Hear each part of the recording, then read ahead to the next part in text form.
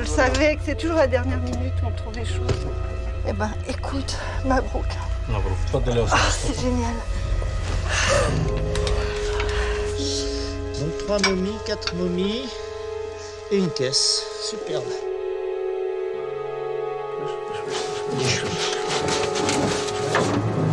On est une mission du Louvre, on a un devoir de respect, c'est un objet magnifique, il ne faut pas l'abîmer. Voilà, c'est tout ce que je pense.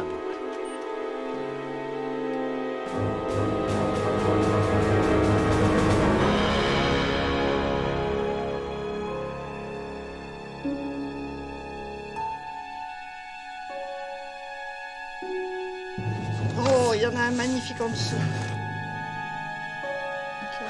Intact. Super. Personne n'est cardiaque, là. Ça valait le coup d'attendre un an pour trouver ça.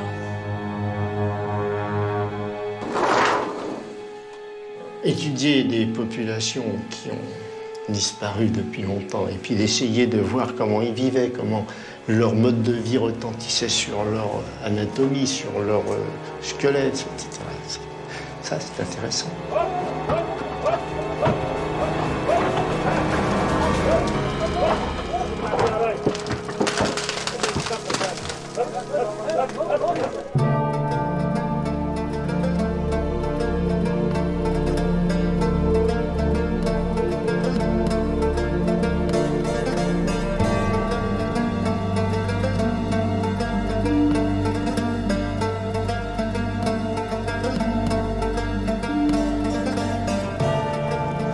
Saqqara, la plus ancienne nécropole d'Égypte.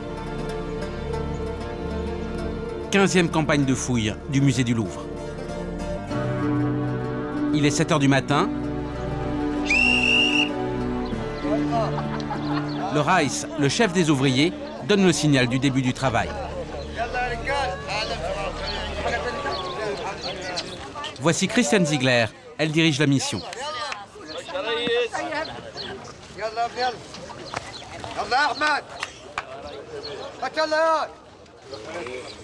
11 personnes font cette année partie de l'expédition, parmi lesquelles nous retrouvons Jean-Pierre Adam, architecte et archéologue, ainsi que Marie-Françoise de Rosière, restauratrice au musée du Louvre. Elle est chargée de la sauvegarde des objets découverts. La fouille va durer 1 mois. Une centaine d'ouvriers égyptiens travaillent avec l'équipe française.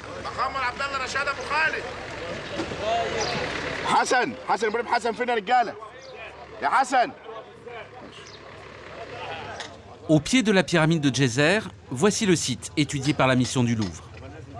Plusieurs tombes de l'Ancien Empire, elles ont environ 4500 ans. Cette année, première nouveauté. Entre 2 mastabas, 2 tombes antiques, une rue est en train d'apparaître. Les ouvriers retirent le sable qui l'avait recouverte au cours des millénaires. Donc une rue qui se prolonge sans doute là-dessous, sous ces déblais, qui est parallèle à la première, celle que nous avons dégagée il y a quelques années. Et là, ces fausses portes qui sont le lieu où le mort peut aller et venir, comme disent les textes, sortir le jour, bénéficier des offrandes qu'on dépose régulièrement, c'est-à-dire qu'il est censé se nourrir des fruits, des légumes qu'on lui apporte, il est censé donc manger, et puis il regagne sa demeure souterraine qui est la tombe, qui est là-dessous, une grande salle creusée dans le rocher et auquel on accédait par un puits. Donc voilà en gros le système de ces villes des morts qu'il ne faut pas du tout imaginer comme nos cimetières qui sont assez déserts. C'était des lieux de vie un peu comme dans les cimetières musulmans aujourd'hui, avec des fêtes, avec la famille, avec les prêtres qui viennent, qui font des cérémonies. Et il y avait aussi des artisans, là, ça bruissait vraiment du bruit des marteaux, des pics, etc. parce que c'était en perpétuelle extension. Dans la rue qui sort de terre, une découverte. Des céramiques, offrandes faites aux défunts pour qu'ils se nourrissent dans l'au-delà. Au soleil de midi, Guy Lecuyot en dessine le profil. L'ombre projetée de la céramique permet de suivre ses contours à la perfection. Des petites coupelles comme ça, on en a trouvé là au moins 150. Au moins 150. Et des petits vases comme ça, je dirais une dizaine, une quinzaine. Ça veut dire qu'il y avait des artisans qui les sortaient les unes après les autres? Ah oui, qui devaient faire ça, on peut imaginer toute la journée, ou presque, oui, c'était assez facile, hein. Ils faisaient ça sur des tournettes, hein. C'est quand même tourné, et donc c'est facile, hein. Un petit peu de terre, et puis pouf, le doigt, et puis c'était parti. Et les petits vases, ils sont tout aussi frustes, hein, quand tu regardes bien, donc ça avait valeur finalement de poterie plus importante, et peut-être qu'il y aurait grévé un peu plus le budget des gens qui venaient faire des offrandes à leurs défunts. Voilà ce que l'on peut voir et trouver en surface. Passons à présent à la partie cachée, à quelques mètres sous nos pieds. Cette dalle de ciment recouvre l'entrée d'un puits qui conduit à une galerie souterraine. Elle se trouve 2 mètres sous la rue. À gauche, les entrées de 2 autres puits. Et ce n'est pas tout. Ces dernières années, les entrées de 7 puits ont été repérées. 4 d'entre eux ont été vidés par les archéologues.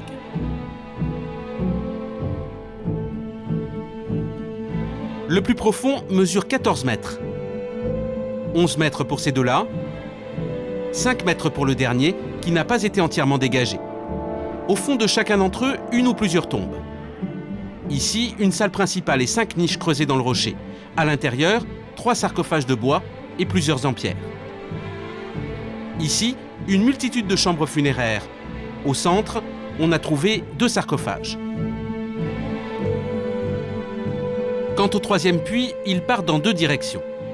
Un minuscule caveau et son sarcophage. Et de l'autre côté, la grande galerie que nous évoquions il y a un instant. 12 mètres de long, 2 sarcophages de bois et un grand nombre de momies. Elles sont pour la plupart entassées du côté de son accès originel, aujourd'hui obstrué. À certains endroits, il y a plus de vide que de plein. Les parties creusées occupent 70% du sous-sol.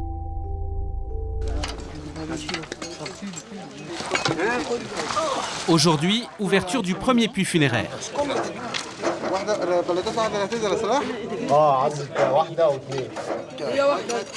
Profondeur 11 mètres, il a été vidé l'année dernière. Souvenez-vous. Dans leur progression vers les profondeurs, les archéologues ont découvert des fragments de sarcophages, par dizaines.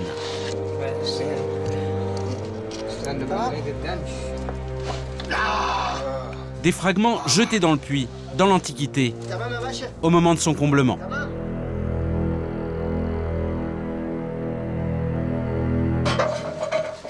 Une partie a été remontée l'année dernière, le reste a été stocké dans le caveau. Je devine la vérité.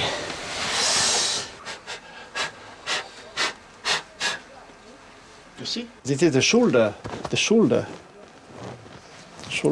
of the tabut. And the head was here.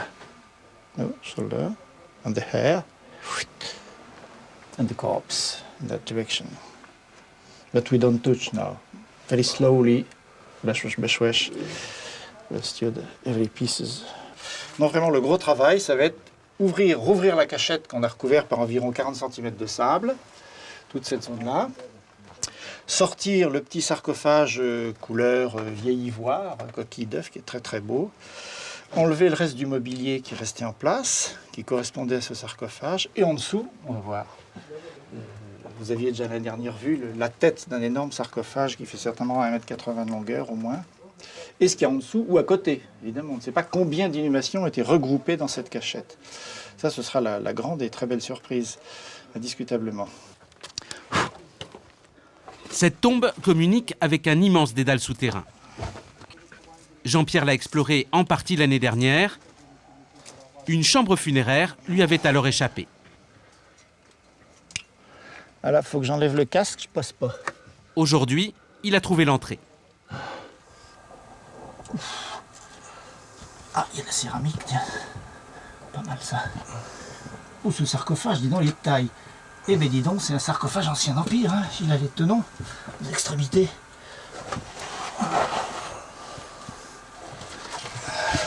Ah ouais. La momie est là, je la vois. Elle a l'air dans un linceul. Je vois, attendez. Une amulette, je vais voir si c'est une amulette. On saura tout de suite si c'est une amulette tardive, si c'est un squatter. Hop là, je l'ai. Hop, c'est un boudou chepti, donc c'est un squatter. Pas de doute. C'est une inhumation tardive. Je vais peut-être avoir l'autre moitié. Pourquoi? Parce que l'Ouchepti apparaît vraiment dans le cours du Moyen Empire, et puis il se généralise de plus en plus au cours du Nouvel Empire, devient systématique par la suite, y compris dans les tombes modestes. Mais c'est tout à fait absent de l'Ancien Empire. Donc ça veut dire que ça colle pas. C'est un squatter qui a réutilisé un sarcophage de l'Ancien Empire. Néanmoins, tiens, le voilà, je l'ai. Voilà. Voilà le petit personnage avec sa barbe. Oh, je ne sais même pas d'ailleurs si les deux sont en coïncidence. Hein. Enfin, en tout cas, on le voit très bien. Il a ses deux mains, il a sa petite barbe syrienne, là, son visage. Et il y a peut-être un nom sur le pilier dorsal. Bon, il faudra le nettoyer. On donnera ça à Catherine tout à l'heure. Qu'est devenue la momie de l'Ancien Empire? Ou bien ils l'ont vendu à un cuisinier chinois, ou bien ils l'ont simplement évacué, purement et simplement. Je crois qu'on se fait des illusions sur le respect des morts des anciens Égyptiens. C'était vrai pour leur propre génération.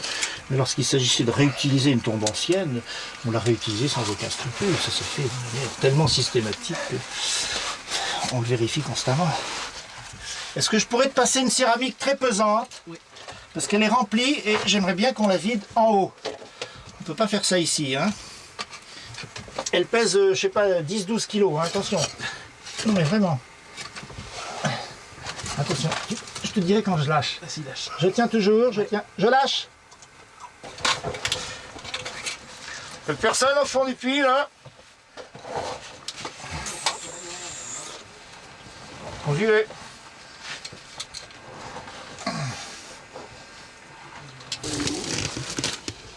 Pendant ce temps, Catherine remonte les fragments. La première planche, la plus grande, a sans doute été utilisée comme brancard pour transporter des corps jusqu'à leur lieu d'inhumation.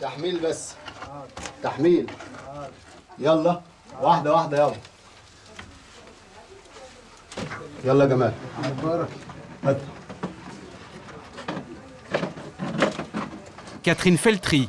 Elle rassemble les fragments dont la décoration est similaire. C'est le reste d'un collier ouzaire. Là, ça va être drôlement dur Oui. de reconstituer. Ah oui, c'est pour ça qu'il ne fallait pas trop tarder, parce qu'on a certainement des bouts qui vont avec en haut. Qui vont se marier Voilà. avec... Qui vont se marier avec les fragments qu'on avait déjà eu le temps de restaurer et de mettre en caisse l'année dernière. Enfin, là, il y a quelques grandes planches, mais beaucoup de petits bouts. Hein. Ouais.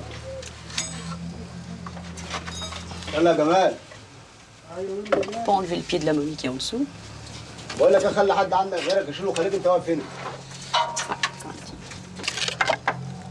Voilà, ben ça c'est un petit côté de sarcophage rectangulaire.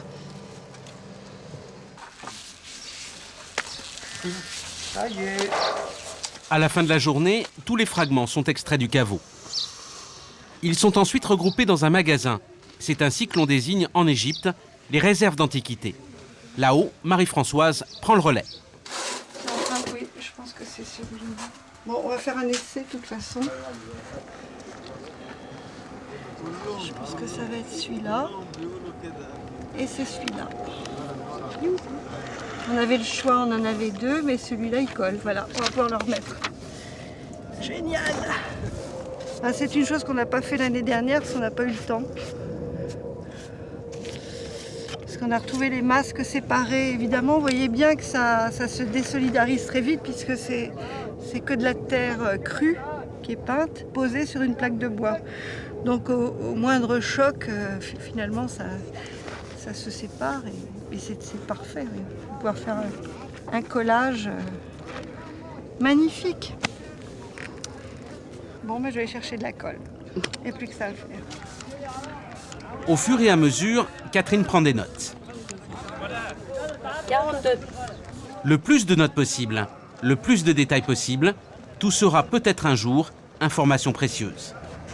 Même des choses qui paraissent complètement aberrantes, on les note quand même, ça peut toujours servir après pour travailler. Parce qu'après, on a tout un travail en bibliothèque ou au Louvre pour essayer de trouver des parallèles et essayer de voir ce que c'était. Et parallèles des objets semblables dans d'autres collections. Et donc vous apprendrez de cette comparaison? Oui, et malheureusement pour ce type de sarcophage, il y a très peu de parallèles. Pourquoi vous dites malheureusement en même temps c'est une bonne nouvelle? C'est une bonne nouvelle, mais toutes les questions qu'on se pose ne trouvent pas forcément de réponse. Oh, il est bien grand celui-là. Peut-être. Déjà, on n'arrive pas à les dater précisément. On a quand même un laps au moins de 400 ans, donc ça peut paraître énorme. À 400 ans? 300, 400 ans. On dit pudiquement basse époque, mais en fait, la basse époque, ça recouvre une période de, 300 ans.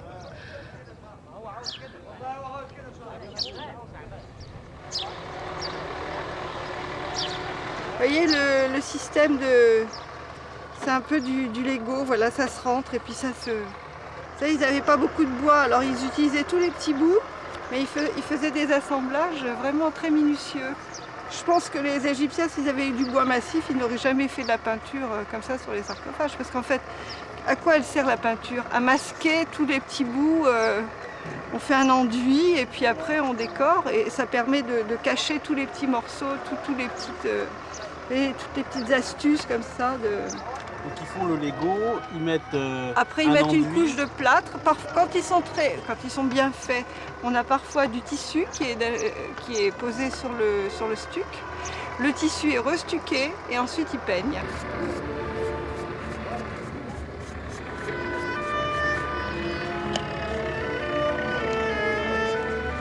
Encore un qui a retrouvé sa tête. Beaucoup de suppositions, peu de réponses. Ces sarcophages sont de véritables énigmes. Aucun nom, aucun titre inscrit sur les couvercles.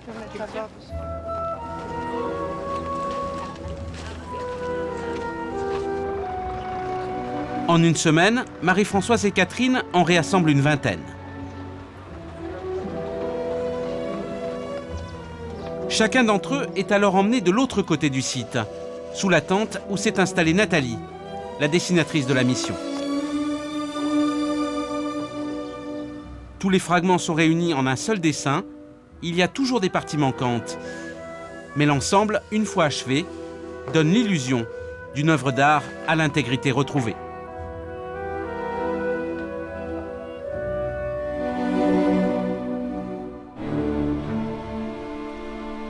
Un puits de 14 mètres de profondeur, une tombe où reposent 3 sarcophages de bois. Ouverture du deuxième caveau. Celui-ci est étudié par Guy Lecuyot.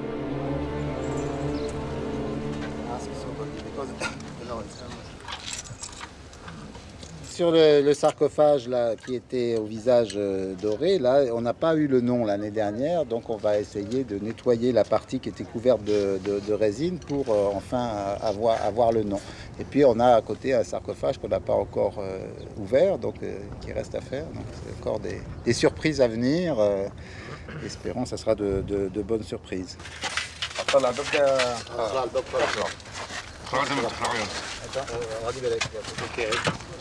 Il y a combien de sable? Il doit y avoir peut-être 2 mètres de sable, pas énormément. Mais là, Du sable versé dans le puits à la fin de la saison dernière, de façon à obstruer l'accès au caveau pour raison de sécurité. Une demi-journée pour le retirer. Ensuite, Oussama, le responsable égyptien du site, descend dans le puits.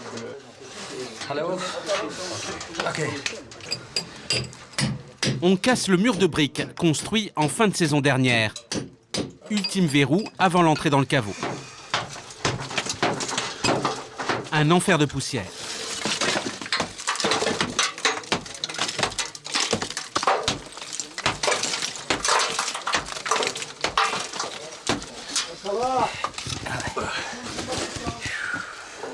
Une demi-heure plus tard, l'entrée dans la tombe.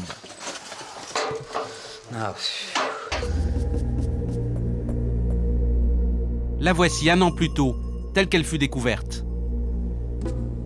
Des dizaines de momies, des pilleurs dans l'Antiquité, avaient profané les corps. Momies sous lesquelles se trouvaient 2 sarcophages, dont un véritable chef-d'œuvre. Depuis, Guy les a entièrement dégagés. Dans la tombe, le désordre s'est terminé. Le sarcophage au visage doré va remonter dans 3 jours. Il a un rendez-vous à ne pas manquer. Ensuite, Guy s'occupera du second sarcophage. Il appartient à une femme. Elle s'appelle Neboudjat.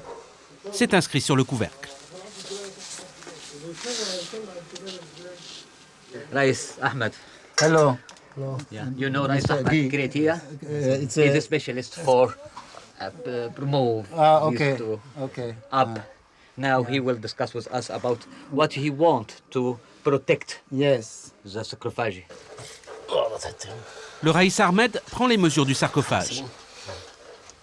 Objectif, la fabrication d'une caisse dans laquelle il sera placé pour sa remontée. C'est une opération délicate quand même, non? De le transporter. Oui, moi ça me fait peur, mais bon. On va prendre toutes les précautions nécessaires pour éviter qu'il s'abîme. Mais il a besoin d'un peu de restauration avant d'être empaqueté. À la jointure des planches, ça risque de sauter. La peinture risque de sauter, donc il faut la fixer un petit peu. Marie, on voudrait du paraloïde, de l'acétone, des cotons, des petites gazes et un pinceau fin pour pouvoir nettoyer.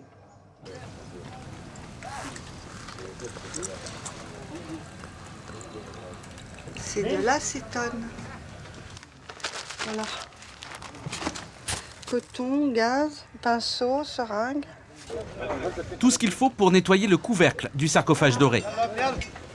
On va mettre une corde et puis... Voilà. Une grosse tache doit être retirée avant son départ.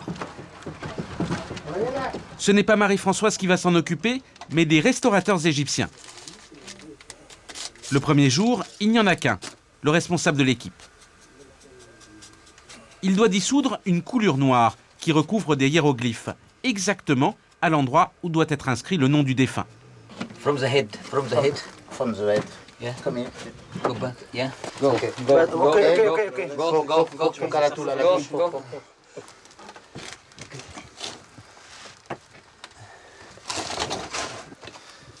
Avant la remontée, il faudra également renforcer la caisse, dont les pièces de bois se sont dissociées.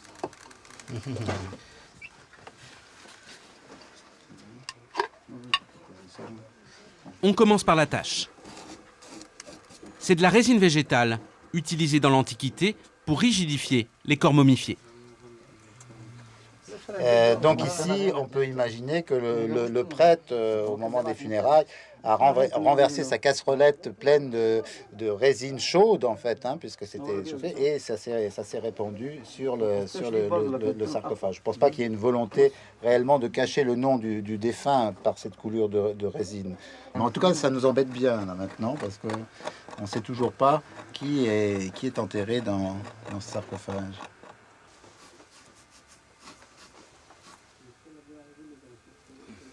Compresse d'acétone après compresse d'acétone. Ça accroche, hein? Oui, oui.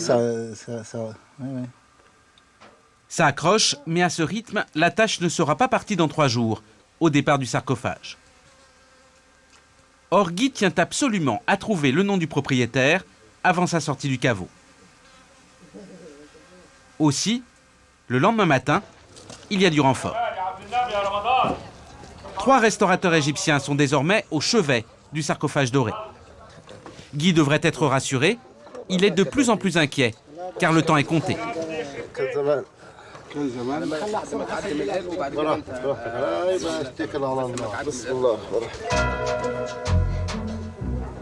On passe à la vitesse supérieure.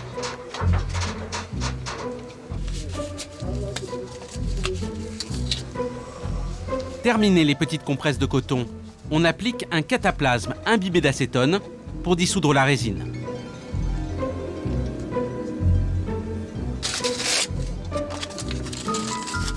Entre deux applications, fixation des couleurs avant le choc de la remontée. Et surtout, on solidifie la caisse du sarcophage. Il est en train de mettre ça entre deux planches légèrement disjointes.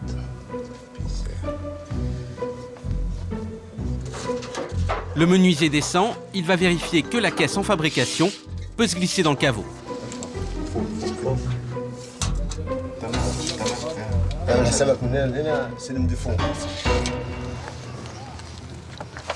« 24 heures sont passées.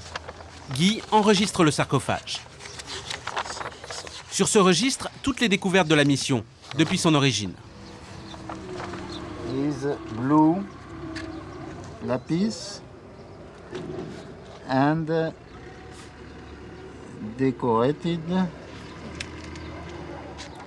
with rosette.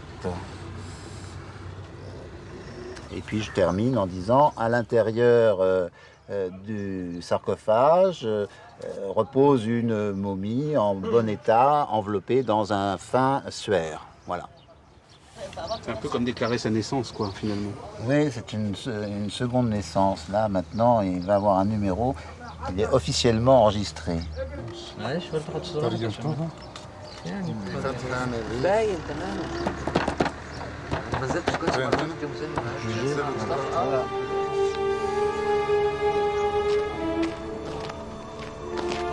Entre-temps, les restaurateurs égyptiens achevaient leur travail. Le lendemain, Guy va enfin déchiffrer la totalité des écritures. La tâche a disparu, les hiéroglyphes sont apparus, mais le sarcophage n'a pas été personnalisé. L'inscription est stéréotypée. On espérait sous l'Osiris Untel trouver le nom, voilà, à partir d'ici. Et puis en fait, voilà, on a trouvé l'Osiris Untel, né de Madame Untel, fils de Monsieur Untel. Le bel inconnu, voilà, ou la belle inconnue, voilà comment on retiendra pour l'instant son histoire. Un instant de déception, mais Guy n'a pas dit son dernier mot. Visiblement. Une fois le sarcophage sorti, l'enquête va continuer. Ah, voilà. En fait, il n'y avait pas de sarcophage emboîté, mais on va l'emboîter dans un second sarcophage. Ah oui. Puis après il va le...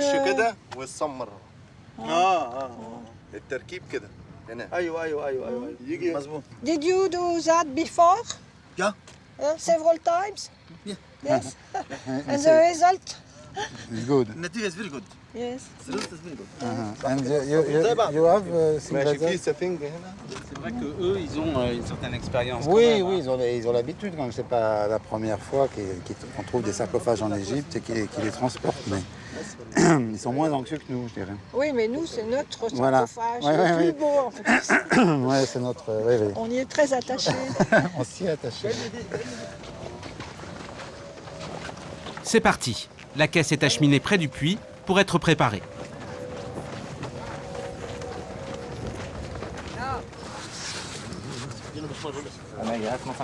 Aux commandes, le Raïs Talal fait équipe avec son frère, le Raïs Ahmed. Il ne manque qu'une personne et nous sommes au complet. La personne en question arrive bientôt en convoi. Le grand patron des antiquités, Zayawaz, veut assister à l'opération. How are you? Good to see you. Welcome aboard. Good, thank you. How are you, Dr. Bonjour. Zay? I'm fine. Anis now You look Sharon like now. Indiana Jones. السلام عليكم. ازيك يا ريس احمد؟ ازيك يا ريس الله؟ اخباركم ايه؟ كويسين؟ ايه في نقل هتنقلوا التابوت النهارده؟ والله؟ طيب سلام يا رجاله، السلام عليكم.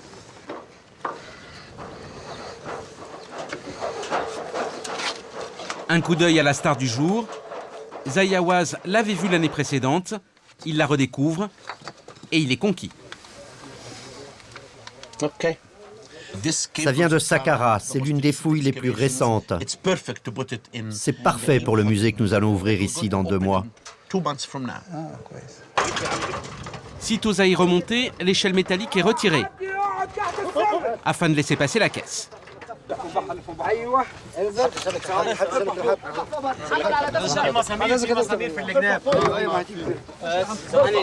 ثواني واحده واحده خش هناك خش شوي خش شوي اديله بقى اديله ريه خلي بالك يا ابو ليلى اديله ريه عشان ما تبقاش اديله عشان يا حسام كتير يا ريس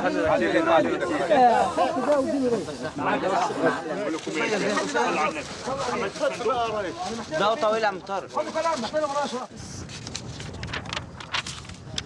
For our visitor, first class visitors. C'est une consécration, disons, de notre travail. Voir ces sarcophages et ces momies exposées dans un musée égyptien. Oui, en fait, moi, c'est mon deuxième métier, donc je trouve que c'est le bout de la chaîne, en fait. On commence par fouiller, on étudie, on publie, et ensuite on expose ça de façon à ce qu'un maximum de visiteurs puissent connaître et admirer tout ce travail. Ça contribue à la meilleure connaissance de cette civilisation. Zahi Hawass nous entraîne alors à 2 km de là. Le sarcophage doré ira au musée de Saqqara. Il va nous présenter 2 de ses futurs voisins. Ici, il dirige l'équipe de fouilles. ده عصرة محلال ممكن. ده عصرة. طب ما تنزل في بير منهم وشوف. تمام. Une vingtaine de puits et un véritable trésor. Zahi l'a fait disposer sur les lieux de sa découverte. C'était quelques jours plus tôt.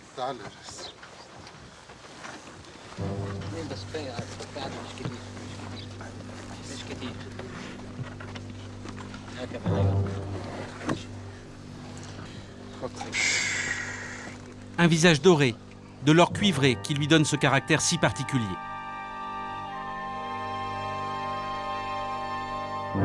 Le cartonnage est parfaitement préservé, les couleurs rarissimes, le tout à plus de 2500 ans.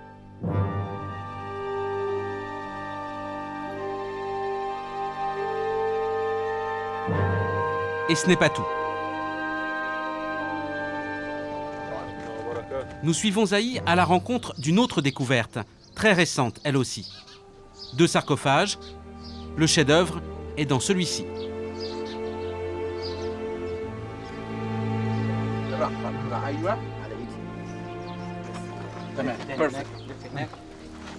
Une résille funéraire intacte, exceptionnelle, car la plupart du temps, elles ont été déchiquetées par les pilleurs de tombes.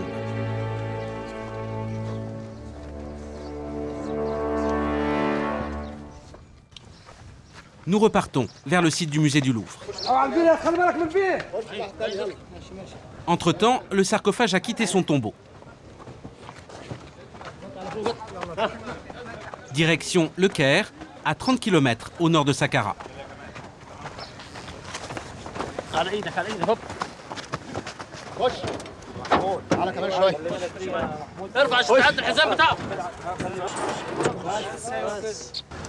Un véritable convoi s'élance vers la capitale égyptienne, encadré par 2 voitures de police.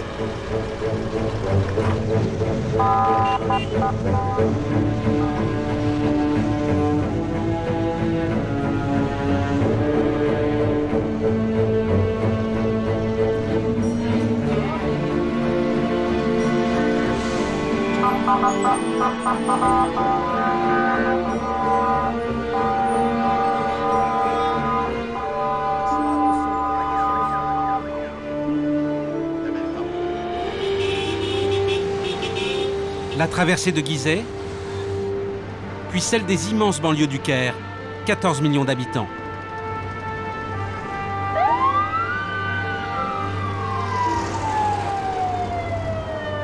L'arrivée au centre-ville, la traversée du Nil et l'entrée dans la cour du musée.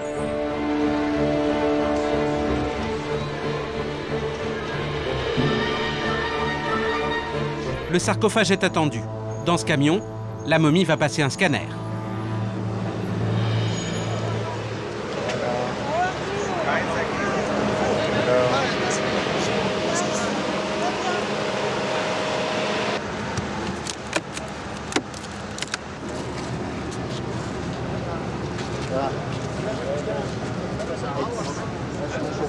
C'est très émouvant, évidemment, de le voir surgir le jour, comme disent les textes. Il revient à la vie. Pour un instant, Guy a perdu le contrôle du sarcophage. Il le voit passer très vite entre toutes les mains.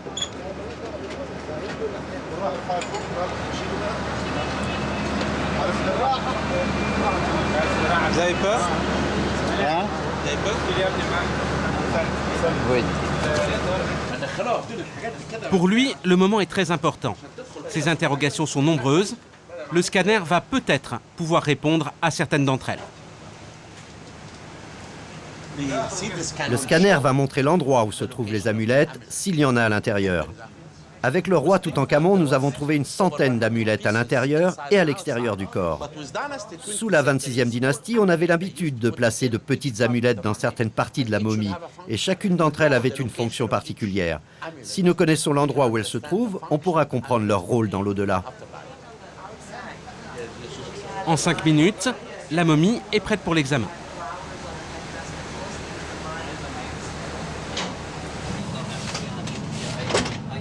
Force, Century, BC. Century. القرن الرابع قبل الميلاد. C'est assez rigolo d'ailleurs de remplir sa carte d'identité. Century. BC, BC. before Christ. Before Christ. Alors voilà la partie supérieure. Qu'est-ce que vous voyez? On voit un corps. On voit le corps les avec bras, les os. Oui, les bras sur la poitrine repliés. Tous les os sont l'air en place, hein, comme ça. Ah ouais, oui, ça c'est rigolo, c'est Oui, c'est en tranches. oui, Puis on voit tranches, bien le... oui. Ah oui, oui. Ah là, là, on est dans le cerveau, là. C'est affreux. Il n'y a plus rien. Là, si, il y a des trous au fond. Là, on a les dents. Les Voilà. dents. Oh, il a toutes ses dents, hein. Is young, with the teeth. Many teeth. Oui, mais enfin, Ah oui, on voit la poitrine. on voit la poitrine, là, oui. Elle est où? Ici, Ah, là, ici, là. on voit très bien. C'est comme la déesse Nout sur les sarcophages, exactement. Donc c'est Madame Intel. Hein. Ou mademoiselle. Madame ou mademoiselle. C'est incroyable, on voit les tissus à travers les bandelettes. Hein. Et là, on apprend beaucoup d'une façon non destructive. Il y a 100 ans, on aurait débandeletté, alors évidemment, on aurait peut-être eu quelques informations, mais la momie était perdue. Là, elle est intacte. On connaît maintenant l'âge et le sexe du personnage. Guy en saura davantage dans quelques jours, une fois les résultats du scanner analysés.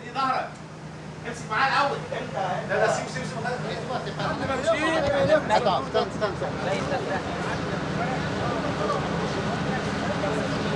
It's okay now? Don't put down, please. Don't. No. Stand. Faut bien que les tenons rentrent dans les mortaises sans abîmer la momie. Bon ben on l'a fait, voilà, c'est fait. C'est rangé, on peut la ramener chez elle. Est-ce que vous êtes heureux? Pardon? Est-ce que vous êtes heureux? Heureux? Oui, je suis heureux, oui. Oui. On a une nouvelle petite copine maintenant, voilà. Retour à Saqqara. Le sarcophage y sera bientôt exposé, dans le futur musée. Il est actuellement en construction, à l'entrée du site. Jusque-là, il sera stocké juste à côté, dans ce grand bâtiment, le magasin principal de Saqqara.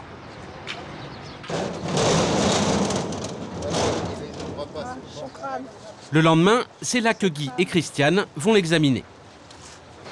Histoire de voir s'il n'a pas souffert et surtout de tenter à nouveau d'identifier sa propriétaire. Voilà.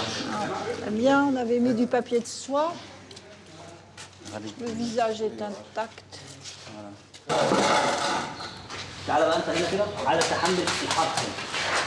Le sarcophage comporte un pilier dorsal, 2 colonnes inscrites. C'est la dernière chance de trouver l'information recherchée. On va se mettre sur le dos. Une lampe. Oui, établi des soutes. Oui, établi des soutes. Zir, Mtimentiu, Neb, oui. Alors c'est là où ça va se corser en fait. Non, parce que à mon avis, on va... À l'Osiris. Men. Oh, c'est un tel. C'est pareil, ouais, c'est un tel. Ouais. Un tel. Ouais, c'est la même Bon, chose. il n'y a pas de nom. Elle garde tout son secret, voilà. Elle nous aura fait courir en attendant. Hein. On va Voilà. la faire parler, on va la Ouais. faire parler davantage. Nous avons les moyens. Nous avons les moyens de la faire parler. C'est-à-dire que l'examen d'hier Oui, va donner déjà, va d'autres donner. informations. Plus de précision, certainement. Aucun élément supplémentaire sur la propriétaire. Guy relève tout de même les hiéroglyphes. Cela complétera la future publication de la découverte. Sitôt ce travail terminé, le sarcophage sera remis en caisse et il rejoindra les autres trésors du magasin. Entre autres, une momie et son masque de cartonnage, découverte récente d'une mission japonaise au nord de Saqqara. Moyen Empire, elle a près de 4000 ans.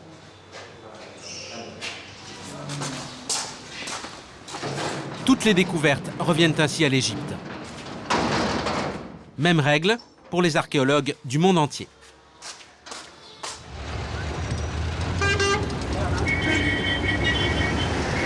Trois jours plus tard, Guy est à nouveau sur le chemin du Caire. Entre-temps, le scanner de la momie a été examiné. Guy va maintenant chercher les résultats. Bonjour. Bonjour, heureuse de vous rencontrer. Je suis le docteur Nawal Shafik, professeur de radiologie à l'Université du Caire. Je m'appelle Guy Lecuillot, je suis l'auteur de la découverte de cette momie. Ah, c'est vous qui avez découvert cette momie si importante? Oui, oui. À Saqqara, oui. Asseyez-vous, je vous en prie.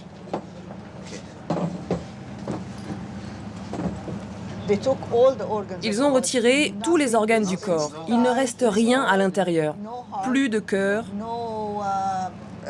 plus de poumons, plus de système digestif, plus de cerveau. Et les reins? Non, pas de reins. Et nous avons trouvé quelque chose d'intéressant ici. C'est un objet métallique. Un peu comme un piercing? Oui, quelque chose comme ça. Il se trouve ici, dans la lèvre supérieure.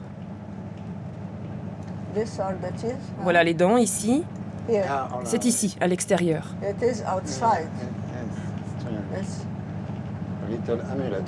Une petite amulette. Une amulette, oui. C'est du métal, peut-être de l'or. Quelquefois, on trouve des petits morceaux d'or dans les yeux ou sur la poitrine. Nous avons trouvé un autre de ces objets dans l'abdomen, près de l'ouverture. Ici, c'est l'ouverture. Ça n'a pas de forme particulière.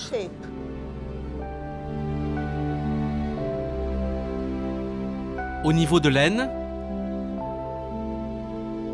et près de la cloison nasale, deux endroits où les embaumeurs ont procédé à une incision.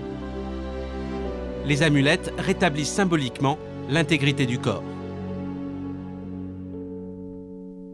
Au musée du Louvre, Guy nous montre des objets semblables, découverts sur des momies au XIXe siècle. De minuscules boules de cire, couvertes d'une pellicule d'or. Celle-ci était placée sur la poitrine d'une momie, à l'extérieur des bandelettes. Des feuilles d'or étaient quelquefois glissées dans les globes oculaires. Les yeux étaient le plus souvent retirés au moment de la momification. Quant à cette plaque de métal ouvragée, elle cachait une incision abdominale.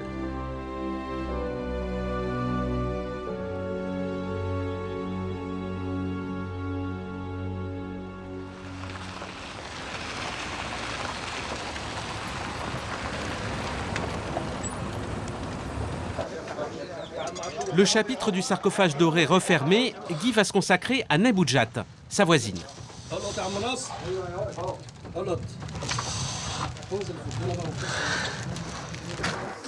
Le couvercle est percé, sans doute un pilleur de tombes qui, sans s'en apercevoir, l'a piétiné dans l'Antiquité. Premier acte, l'ouverture. Ah, that's nice. Okay, it's beautiful. Il nous aura fait une belle surprise, la Neboudjat. Ouais. Ensuite, la restauration. La brèche est colmatée, on pratique une greffe sur le bois, de façon à camoufler l'opération. Le masque était un peu abîmé, le menton était dissocié du reste du visage, le tout est recollé. Voilà. Et sitôt ce travail terminé, Guy se tourne vers le dernier sarcophage de la tombe. À l'inverse du sarcophage doré, les questions vont trouver ici des réponses.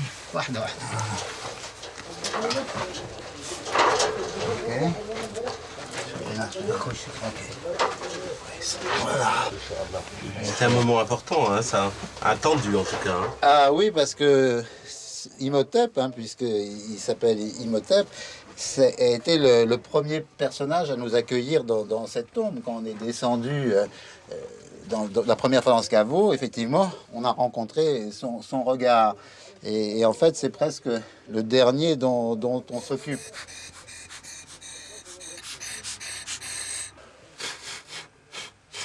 On sait qu'il était enterré en l'an 2, premier mois d'inondation du pharaon Nectanebo II, c'est-à-dire le 21 novembre, 20 décembre 360 avant Jésus-Christ.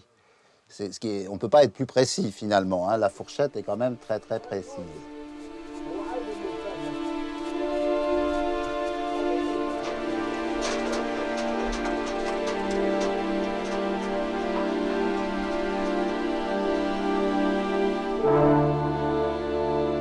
Nouvelle étape de cette campagne de fouilles. Un puits, vidé sur une profondeur de 5 mètres, et 2 tombes. La première contient un grand sarcophage noir. La seconde, la grande galerie, 2 sarcophages de bois, ainsi qu'un grand nombre de momies. Au 10e jour de travail, l'ouverture. Donc cette merveilleuse dalle, digne du mur de l'Atlantique, va être brisée en quelques instants par les Hercules que voilà.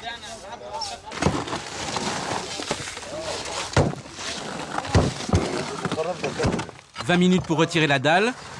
Ensuite, ce sera le sable remis dans le puits à la fin de la fouille précédente. »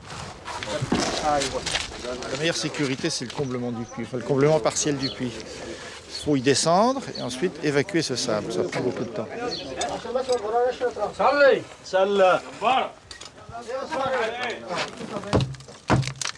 Enfin, destruction du muret qui bloque l'entrée des 2 chambres funéraires. Une demi-journée de travail plus tard, la voie est libre. 12 mètres de long, voici la grande galerie.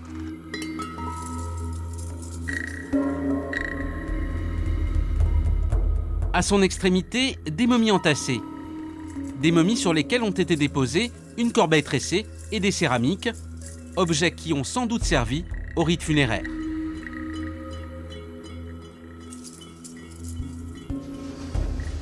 Jean-Pierre inspecte les 2 sarcophages et le plus fragile retient longuement son attention. À l'origine, son visage était couvert d'une feuille d'or. Il en reste encore des traces dans l'oreille droite. Il a l'air humide, hein, ça veut dire qu'il a absorbé une partie de cette humidité ambiante. Autrefois, il était beaucoup plus mat que ça. On se rend bien compte, nous-mêmes, on est extrêmement moite. Quand on descend ici avec un objectif d'appareil photo, on voit qu'il se couvre de buée très rapidement. Faudra-t-il, à la fin de la saison, retirer les 2 sarcophages de la galerie? Revoici le Raïs Ahmed, le spécialiste des extractions. 60 cm de large, celui-ci ne passerait pas dans l'ouverture. Il restera donc à l'intérieur. Question réglée, Jean-Pierre passe à l'action.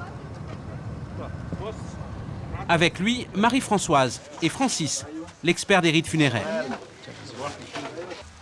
Opération étagère. Ah, ça fait du bien de se retrouver. Après une... 1, 2, 3, 4, 5, 6, 7, 8, 9, Non, on va 10. laisser prendre la photo. Il y a 10 momies là. Alors, 10 plus 2, ça fait 12 2, momies. 3, 4... Ah, là, il y a un tout petit aussi. On voit un enfant. Oui, alors 13. Il y a un baby. 1, 2, 3, 4, 5, 6. 1, 2, 3, 4, 5, 6.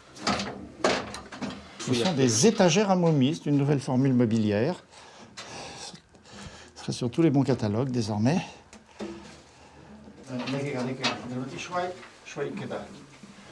Quelquefois à oublier qu'on est dans un cimetière. C'est vrai qu'on a exorcisé toutes les émotions, toutes les frayeurs de la première entrée dans le tombeau. La première fois, on parlait à voix basse. Instinctivement, quand on est rentré ici, d'abord on cherchait les mots, hein, on était un petit peu ému, ça va de soi, et on s'est mis à parler à voix basse. On est presque dans une salle de musée maintenant. Enfin, c'est l'impression qu'on se crée pour se rassurer. Le lendemain, transport de momies. Pourquoi ces masques? À cause des petites bactéries qui promènent. Ah oui, ça peut être toxique. Vous avez des champignons qui peuvent oui, mais se développer dans les poumons, non, c'est très mauvais. Il faut prendre des précautions élémentaires. Ah oui, attention, le fil. Okay. Les corps sont littéralement brûlés par les résines.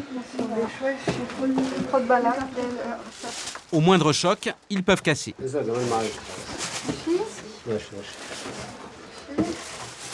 C'est éprouvant, mais au bout, il y a une récompense.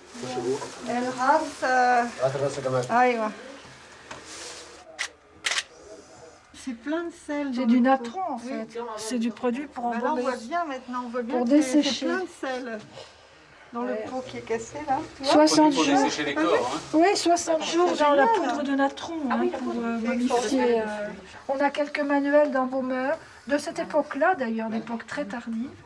Il y en a un qui est conservé au musée du Louvre. Oh, mais c'est incroyable. Et maintenant, on sait que c'était pas plongé dans un bain de sel, une solution de sel, mais qu'il y avait une grande table sur laquelle on mettait le corps. Et puis on le recouvrait de poudre, de sel en fait. Le natron qui vient du Wadi Natron. C'est génial. On pourrait presque le goûter. Oui, bah vas-y. Pas de Dali, hein. Non, c'est très intéressant. Sur les tomates. Quelquefois disloqués, quelquefois entiers, des fagots de roseau. C'est encore attaché. Ça pourrait servir à quoi? Ça peut servir de support, par exemple. Ça peut être comme des petites colonnettes pour supporter une tente. On appelle la tente d'embaumement, mais on n'en sait rien en fait. Cette tente d'embaumement, on en parle beaucoup, mais on en voit peu de représentations.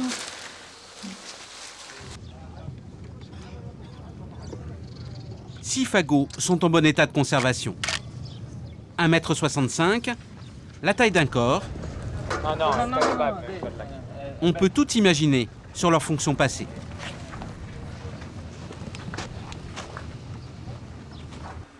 Christian, le photographe de la mission, prend un dernier cliché des céramiques en place.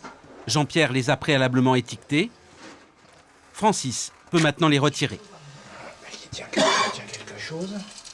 Donc c'est une bouteille. Non, elle contient que des rejets du plafond. Vide? Elle est vide en fait, oui. Oui, c'est des écailles de plafond, oui, pas oui. toutes. Oui, Ok. Tiens. Je vais prendre l'autre, alors celle qui est avec le col. Oui. Oh, ça c'est pour les 40 voleurs. J'ai collé un petit C'est ésape belle, tout à hein. l'heure du bout du bras. Elle est parfaite. Les parois sont tapissées de couleur blanche. Elle aurait pu contenir du sel aussi. Absolument intacte. Qui a donc à peu près 2700 ans. Voilà. 22 céramiques.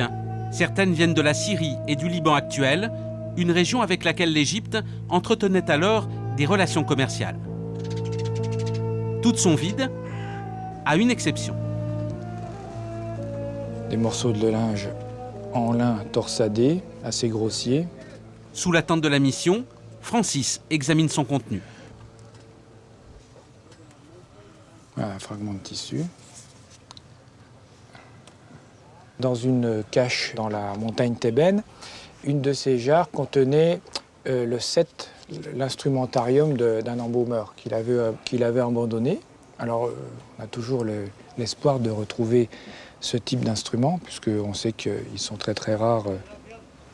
Leur découverte est très rare. Voilà. Là, c'est intéressant, ça. Là, ça fait vraiment un ensemble.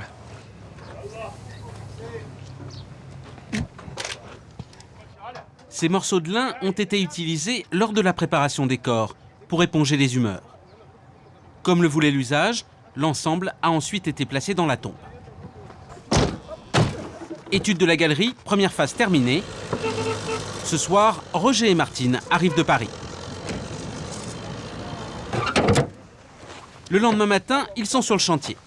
Martine est médecin, Roger radiologue. Quelle année? Montrez-nous. Ah, ça c'est vieux ça. Ça vous semble Attendez, je vais vous l'Antiquité, dire. D'après le numéro, ça date de 1960. Ah oui. On l'utilisait comme matériel médical à ce moment-là. C'était destiné à radiographier les malades à leur domicile. On arrivait avec son petit matériel et puis on faisait de la radio au lit du malade. Ça se fait plus maintenant. Et à côté? Ah ben à côté c'est la source de la source de rayons X. Ça, c'est vraiment le plus lourd. Attention, Roger. Ça c'est à partir de là que sortent les rayons X qui permettent de faire des radios. Depuis 30 ans, Roger radiographie les momies. Son premier client, 1975, une célébrité.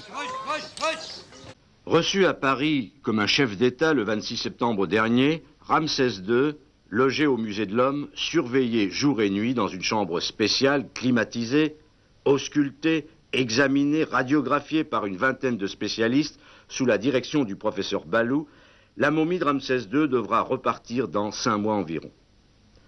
Les scientifiques français ont la tâche difficile d'arrêter la décomposition qui menace les restes de Ramsès II. Un homme, un demi-dieu, vieux de 32 siècles. Ensuite, Roger a enchaîné l'émission en Égypte. Mais ici, c'est sa première intervention. Au fond de ce puits, Yarmès et son minuscule caveau. Nous y voilà. Bienvenue à bord. Merci. Première étape, aménagement de l'espace.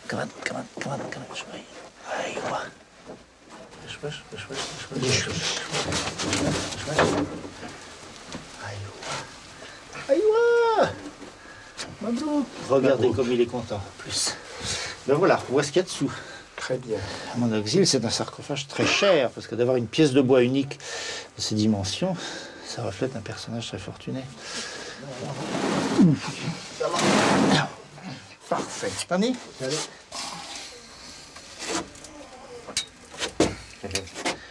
Ah, au millimètre près, hein. Allez hop. Oui, tu vas être surpris, il fait 168. Ah, quand même. 168, mais avec un sarcophage de plus de 2 mètres de long. Ah oui, non, ça c'est pas. Il ne le remplissait parallèle. pas. Il le remplissait pas. 168, je suis étonné. 168, oui. La moyenne chez les hommes était plutôt 1m60 et les femmes c'était 1m45, 1m50. Donc 1m68, ça déjà, ça confirmerait qu'on a affaire à un monsieur plutôt qu'à une dame. Ouais. C'est des vraies bandelettes, ça, je veux dire, avec un Non, petit pas tourlet. tout à fait. Ce sont des bandelettes constituées de bandes de tissu déchirées et repliées de manière à former apparemment une bandelette. C'est ce qu'on voit là. Mais ce ne sont pas des... Ah bah oui, on le voit là. voit- Ah oui, oui, oui. Un petit coup de fer à Celle-là, repasser et voilà. ça remplace l'ourlet.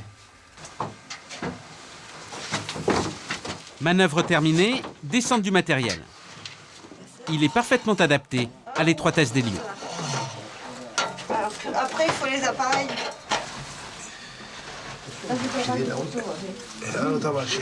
C'est bon.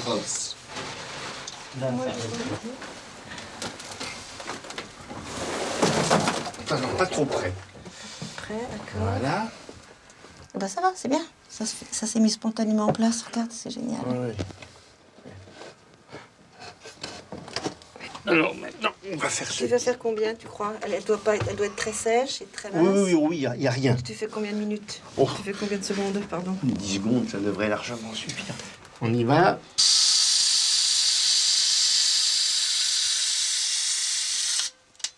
Ensuite, retour à l'hôtel où loge toute la mission. Tiens, Roger, Ah, tu préfères, bon, d'accord. On fait la chaîne. Ouais. Moi, je prends la moins lourde.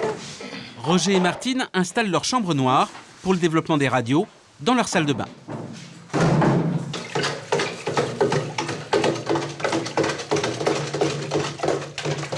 On n'emballe pas.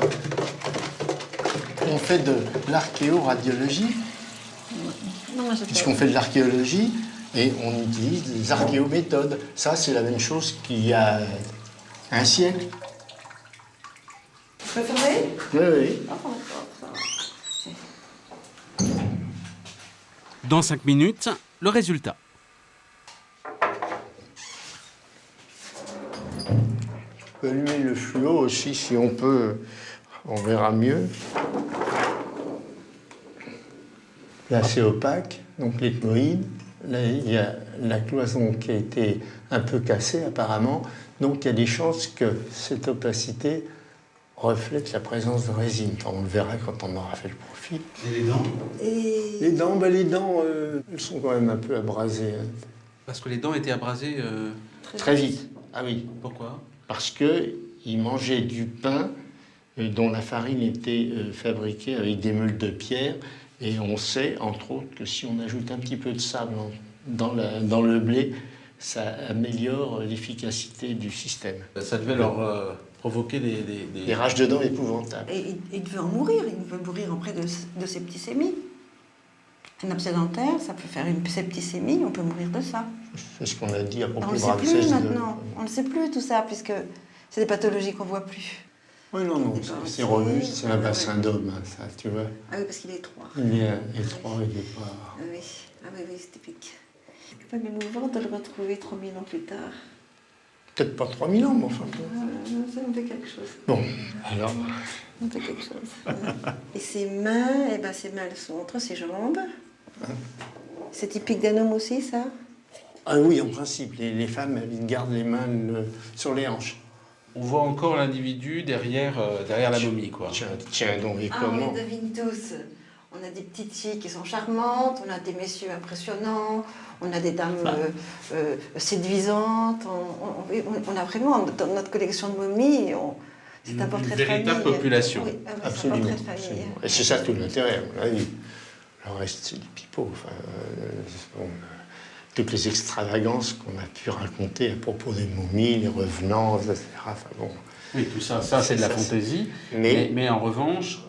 Étudier des populations qui ont disparu depuis longtemps et puis d'essayer de voir comment ils vivaient, comment leur mode de vie retentissait sur leur anatomie, sur leur squelette, etc.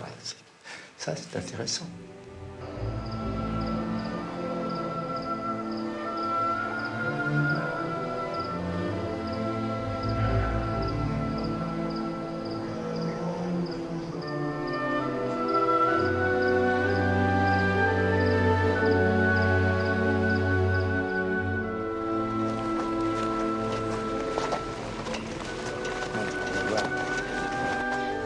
Roger, c'est le petit à l'échelle.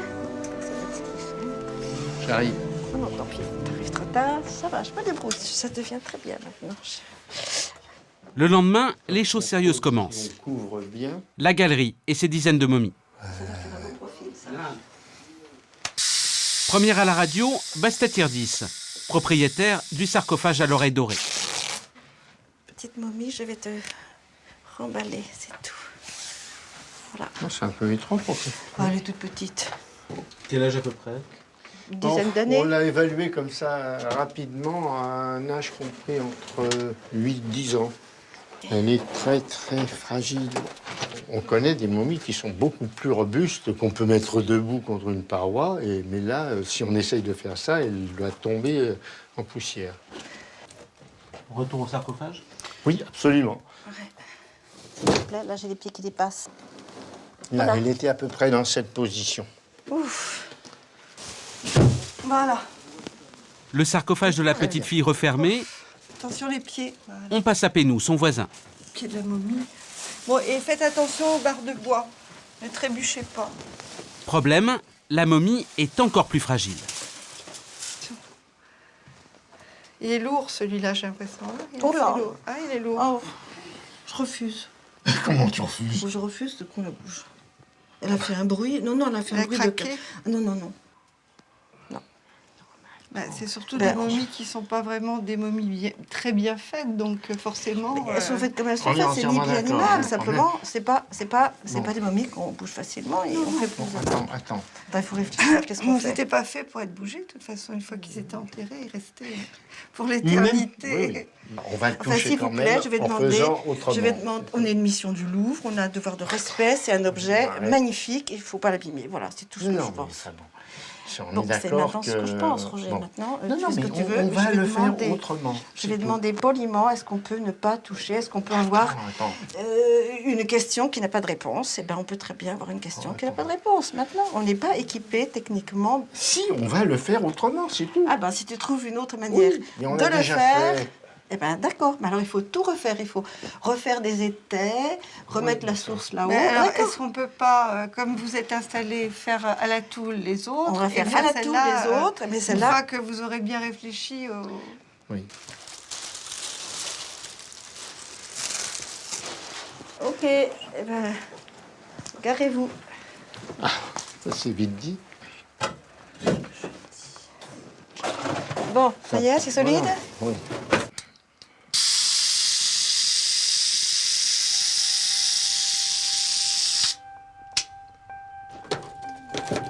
Les momies du fond de la galerie, il y en a encore une bonne dizaine.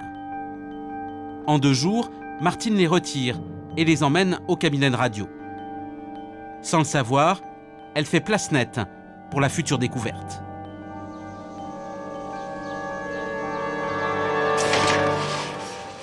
La radiographie de Bastet-Irdis, la petite fille. Des stries de croissance, signes de malnutrition. On en retrouve sur la majorité des momies. On avait l'habitude, quand on momifiait les enfants, de fortement fléchir la tête sur le thorax. Et on en a ici un bon exemple. Vous voyez le menton, on devine ici. C'est spécifique aux enfants. Oui, pratiquement. Les adultes ont leur tête détendue, relevée, tandis que les enfants sont toujours dans cette position. Ne me demandez pas pourquoi, je ne sais pas.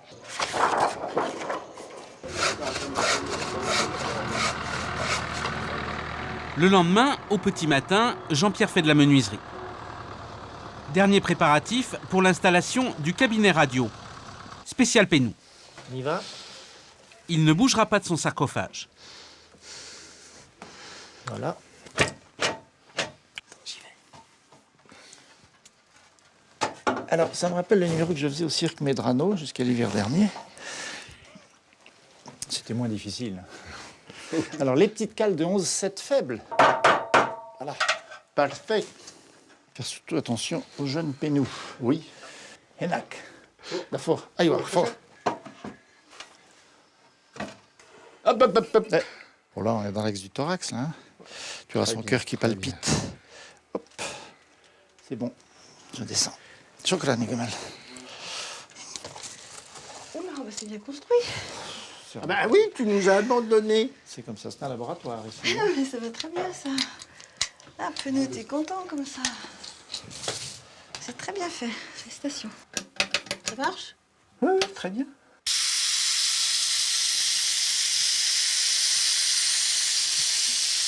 Voilà. Ah, il a des belles dents. Il a des dents impeccables, donc il est jeune. C'est un adulte jeune. Il n'a pas 30 ans, ce monsieur. Voilà, de beaux fémurs et de beaux genoux. Et on ne saura pas de quoi il est mort. Ça, il n'y a pas beaucoup de chance, non.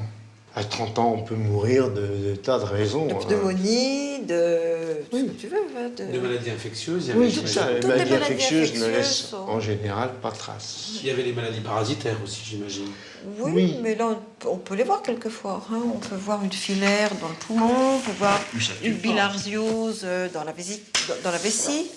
Ah oui, on peut voir des maladies... Il n'y a pas. Mais il n'y a pas. C'est un bel homme, il n'y a pas la moindre trace d'arthrose. Il n'aurait pas dû mourir. Dernière étape pour l'atelier radiologie.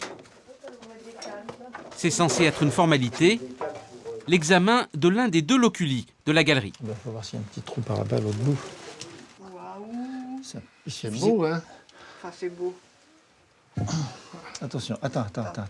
Elle a manifestement été fermée à la hâte, puisqu'il n'y a aucune trace de plâtre. On avait simplement calé les pierres, ce que je viens d'enlever là, avec des petits coins. Ah, encore un nœud. Le petit bonhomme. Trois nœuds. Cavité, c'est le trou. Ça veut dire petit endroit. Ça Locus. désigne également une chambre. C'est La chambre à l'endroit. coucher, c'est le loculus. Ouais, elle fait encore 1m71. Hein. C'est des, oui. c'est des gaillards. Hein. 1, 2, 3. Oui, d'accord. Elle est collée. On n'est pas dans l'image, là, naturellement. Elle est lourde. 1, 2, 3. On est bon. Il y en a une autre en face. Attends, on va essayer encore. Arrêtez. Non, on va glisser le bois comme une lame de couteau. Non. Déjà qu'on ne peut pas la sortir. Est-ce qu'on pourrait pas essayer de soulever avant de mettre le bois? C'est bon, passe. Moi, je protège les pieds. Voilà, ça va bien. Il est lourd comme le diable. C'est effrayant. Allez, mon petit Maurice, fais quelque chose. Enfin, on fait tout le boulot, là. Bon, voilà. Sur le bois. Voilà, faut bien laisser le bois plier. Il est lourd comme le diable. Attention, ça ploie. Non, ça va juste. Ah. Mais ça ne rompt pas. Voilà. On pose là. Prêt à poser. Ce qui nous paraissait d'une simplicité Mais oui, c'était... angélique, bah du tout. On est tombé sur un obèse. Je sais pas s'il est obèse. Mais voilà, on a l'explication de l'inamovibilité de cette momie, c'est qu'elle est vraisemblablement, comme l'a fait remarquer Martine, elle a dû être mise en place alors que les résines, les baumes étaient encore fluides, plastiques en tout cas. La résine a coulé à 2 endroits, essentiellement ici. On a une grosse tache de résine qui est encore brillante, une autre au niveau des épaules. Et là, ça s'est littéralement soudé à la pierre. Ça a fonctionné comme une résine, comme une araldite. Hein. Et ce qui explique qu'effectivement, on ne pouvait rien bouger du tout. On a même enlevé, c'est dire la puissance de collage, on a même enlevé un petit fragment de pierre qui est resté collé au postérieur de la momie. Vraiment très bien fait. Hein. Des grands sphères, des bandelettes, un joli petit croissant. Il y a une bandelette qui est tombée. Là. Celles du fond sont beaucoup plus modestes comme bandelettage. C'est un bandelettage systématique à la va comme je te bandelette. Alors qu'ici, il y a un ordre. Ça ressemble un petit peu au bandettage Un de petit peu, Yarmès. un petit peu, voilà. De Yarmès, c'est-à-dire du grand sarcophage noir qui est dans le caveau d'à côté. Oui, tout à fait. Il faut faire de l'acrobatie ici. Hein.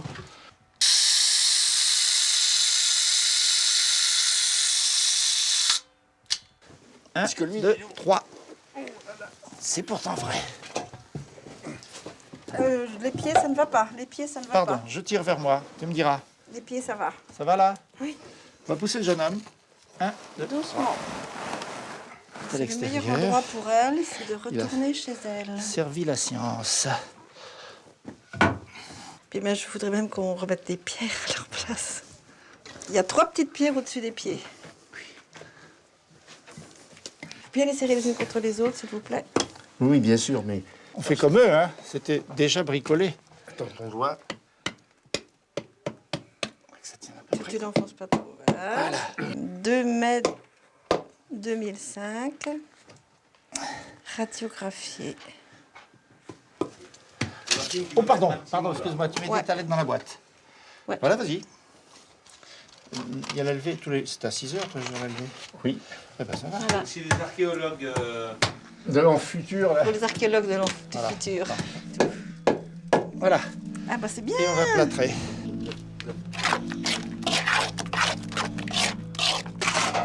Pour faire mieux que ses lointains prédécesseurs, Jean-Pierre demande ensuite aux maçons d'intervenir, histoire d'assurer aux défunts une seconde éternité.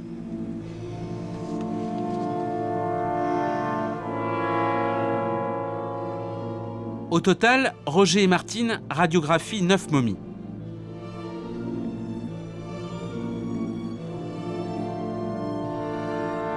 L'âge moyen, l'état de santé général des individus avant leur disparition, éventuellement la cause de la mort. L'expertise continuera ensuite à Paris.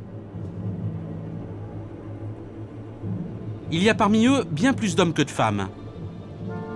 Dans cette partie de la population, pas la plus favorisée, peut-être n'avait-elle pas accès aux mêmes conditions d'inhumation.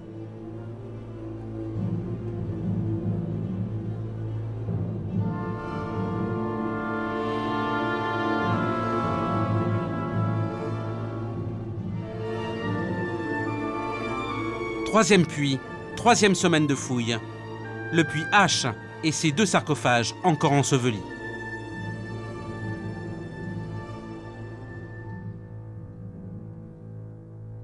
Il y a un an, voici ce qu'on y avait découvert.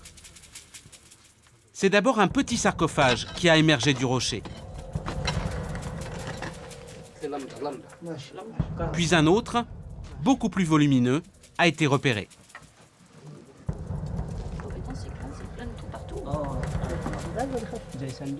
Le temps manquait, la fouille allait bientôt s'arrêter. Les objets sont restés à l'endroit où ils se trouvaient.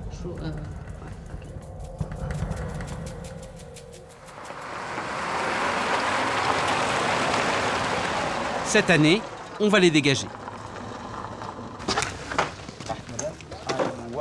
Et il n'y a pas d'électricité, Jean-Pierre? J'ai mes lampes.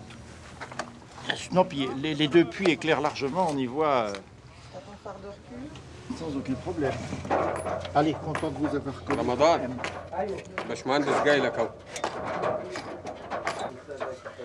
Eh bien, nous y voilà. Ma fiche cara.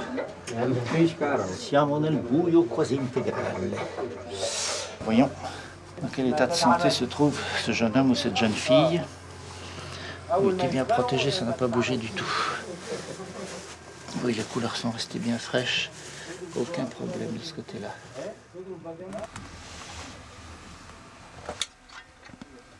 Action. Ramadan, l'ouvrier le plus précautionneux, se met au travail. Aussitôt, problème.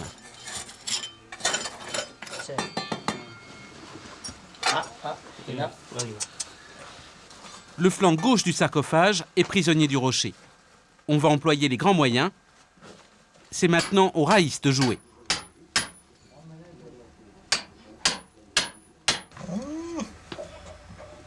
Sous le rocher, de nouvelles peintures apparaissent. Oh, regardez les couleurs, là, comme elles sont beaucoup plus claires que les autres. Oui,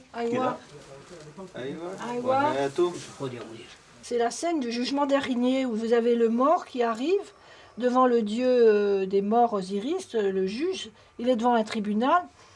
Et là, vous avez le dieu à tête d'ibis, le dieu Thoth, qui est en train d'enregistrer. C'est le greffier divin. Et derrière, vous avez une bête monstrueuse qui dévorera le défunt si le jugement lui est défavorable. Donc c'est une scène très importante, c'est l'équivalent de notre jugement dernier. C'est reparti. Les pieds du sarcophage sont eux aussi emprisonnés. Par chance, le tafla, la roche friable de Saqqara, se détache facilement. Ramadan. من فضلك انت صغيرين من فضلك. Il faut que Marie-Françoise descende maintenant. Elle doit intervenir sur place. Hein, ah ben oui, ah ben absolument, oui, oui. On se dit toujours le moment du dégagement d'une découverte, comme ça c'est magique, et en fait il y a plus d'inquiétude qu'autre chose. Ben oui, il y a beaucoup de stress, il faut absolument le sortir dans les meilleures conditions, et bon, voilà, c'est quand même spécialement difficile. Hein. On ne voit pas très bien pourquoi il est encastré comme ça dans du tafle, mais ça ne nous facilite pas la tâche. Hein. Vas-y, assieds-toi, viens. ايوه شديد لكن في سلم واحده سلم زي هنا هو سلم. انت ممكن تقعد هنا زي الدكتوره صوفي واحده واحده معانا. Après le déjeuner, Marie-Françoise doit vaincre ses appréhensions. Parce que moi je vois le vide. Non, tu ne le regardes pas, tu me regardes. Vas-y. Ce puits, à la fois large et profond, est particulièrement impressionnant. Tu descends avec tes pieds. Doucement, tu prends ton temps, on a tout le temps.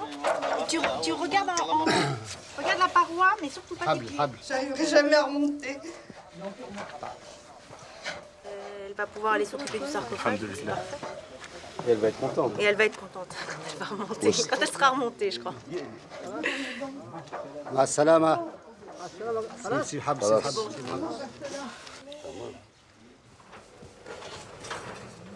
Les premiers soins au sarcophage. Marie-Françoise applique du consolidant qui stoppe la dégradation des couleurs. Pour un instant, elle retrouve leur éclat. 25 siècles comme effacés d'un coup de pinceau. Un nid de perles. Les restes d'une résille funéraire placée autrefois sur une momie. J'espère qu'il faudra après s'occuper du dos parce que pour l'instant, il est inaccessible. Les nuits sont fraîches, il vaut mieux couvrir le petit. Merci. Comme dans les grands hôtels, on est 3 pour faire le lit. Je vais avoir très... Ah, ça coince. Je suis coincée. Ah oui, redescends. Allez, voilà, c'est bon, c'était dans le...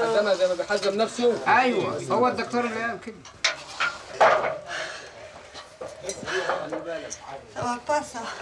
Si, tout va très bien. Continue. Elle y est arrivée. Ouais. Ça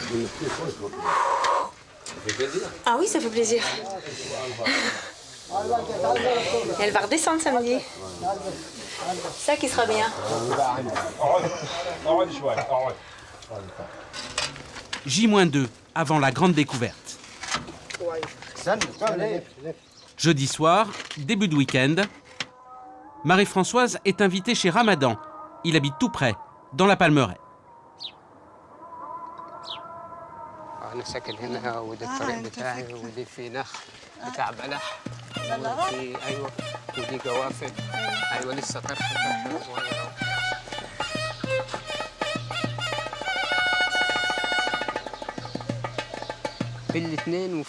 Je suis à la fois propriétaire terrien, cultivateur et fouilleur. Je fais les 3 métiers à la fois. Je fais tout en même temps. Je travaille dès l'aube sur la fouille. Et quand je rentre à la fin de la journée, je cultive mes champs. Et le vendredi, jour de repos, je consacre tout mon temps aux champs et à la maison.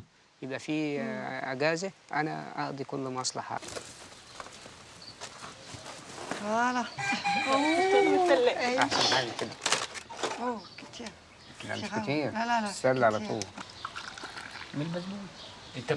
Est-ce que tu racontes à ta femme ce que tu fais sur la fouille?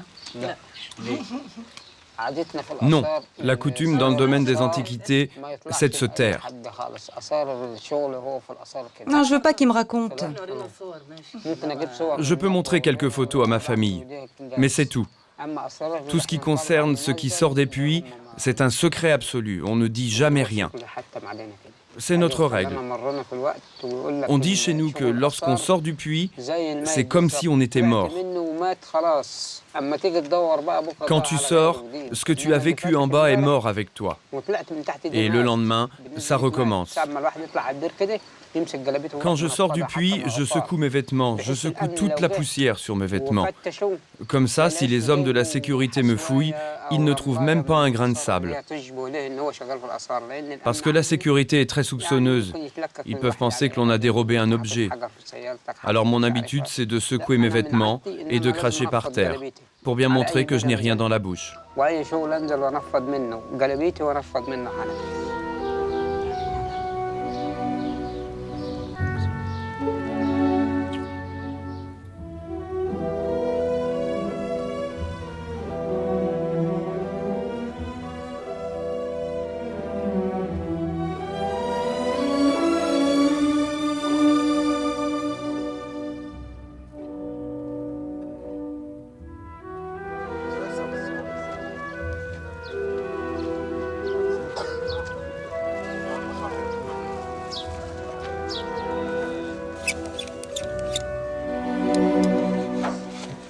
Le surlendemain, retour à la fouille. L'équipe attend cet instant depuis 1 an. Hop.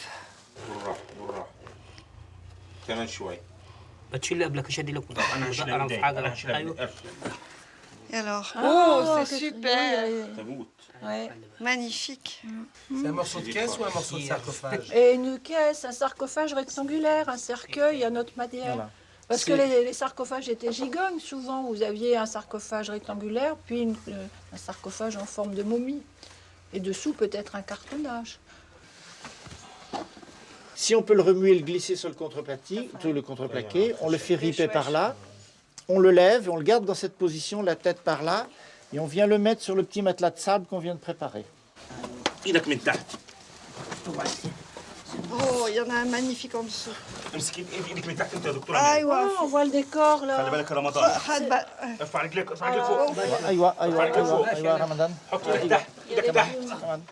Voilà. Il y a des plumages dessous.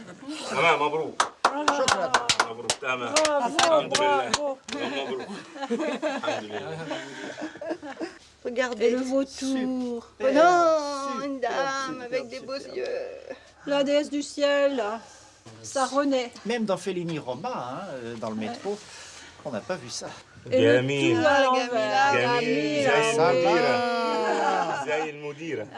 Alors, ici, il y a... Voilà.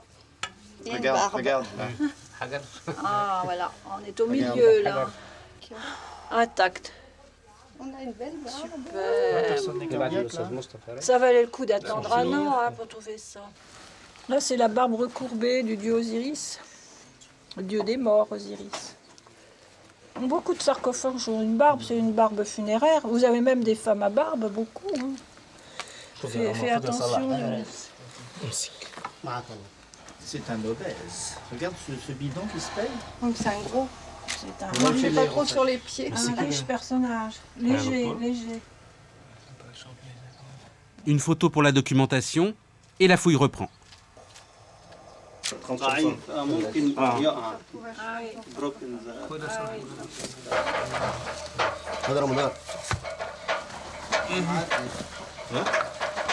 Autour du sarcophage, plusieurs statuettes funéraires.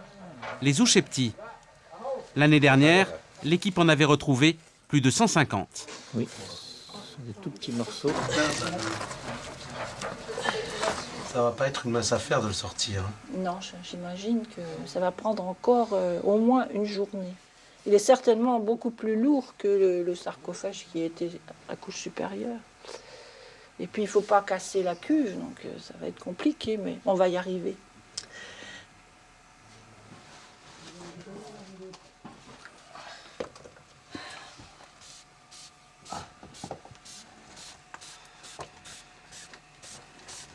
On dirait qu'il y a du bitume dans le noir parce que ça. Oui, de loin ça brille, c'est presque en relief. Oui. Ouais, c'est du bitume. On a un geste très moderne en fait. Elle tire sur ses plumes.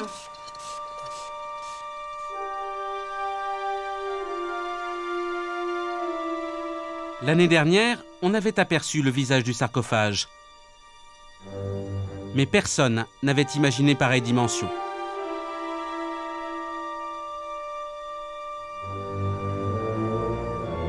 La fin de la fouille approche.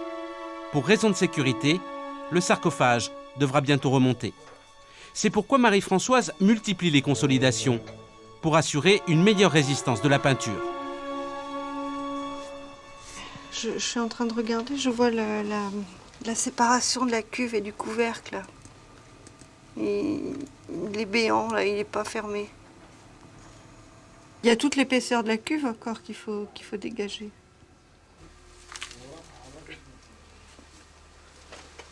La question, c'est aussi ce qu'on va voir en dessous.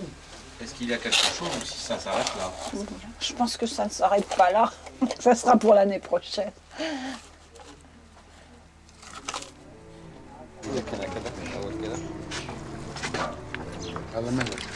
Rapidement, les responsables du site sont mis au courant.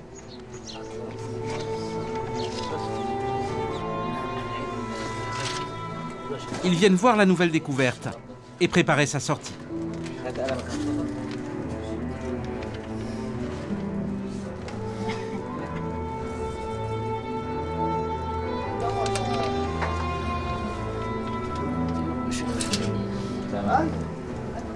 La tentation est irrésistible.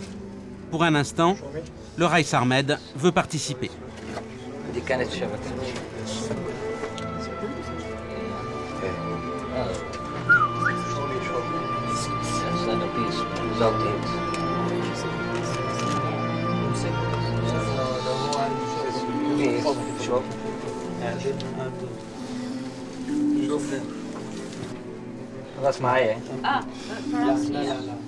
Ça fait tourner toutes les têtes parce que malgré les nombreuses découvertes faites à Saqqara, on n'a pas tout de même, toutes les semaines, ni même tous les ans, l'opportunité de trouver un sarcophage aussi bien décoré et aussi parfaitement conservé, aussi frais.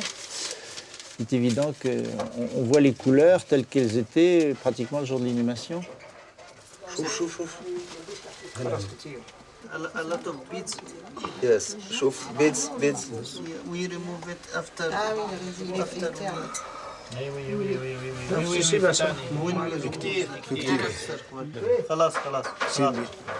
En 1 heure, une dizaine d'oucheptis et une bandelette inscrite ont été exhumés. Retour au calme. Jean-Pierre fait les plans du caveau et Ramadan continue de dégager sur les côtés.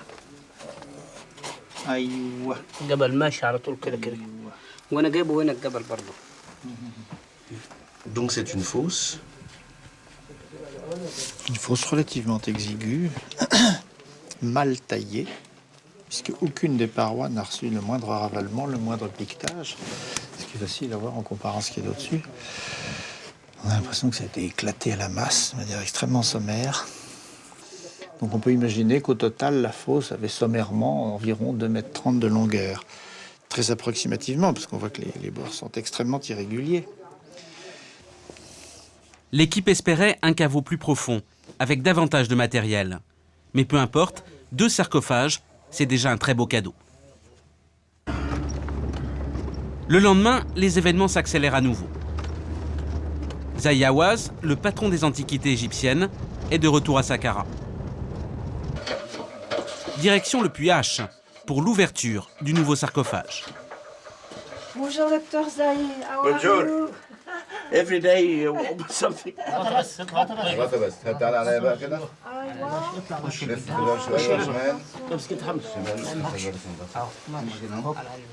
La momie a été endommagée dans l'Antiquité. Christiane, ça a été ouvert avant. Hein. Oui, mais on voyait très bien qu'il y avait un écart de quelques centimètres entre la cuve et le couvercle. Donc il a été visité avant. C'est certain, ça n'est pas en bon état de conservation. It seems that humidity did affect on the body. Because if you look at, yeah, it's humidity. Un instant de déception, très vite oublié.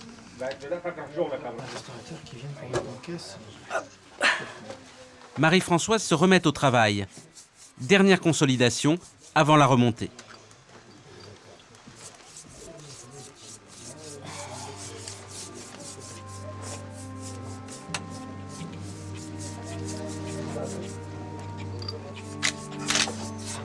Dans l'au-delà, le défunt a été divinisé. Chacune de ces scènes associe une partie de son corps à un dieu.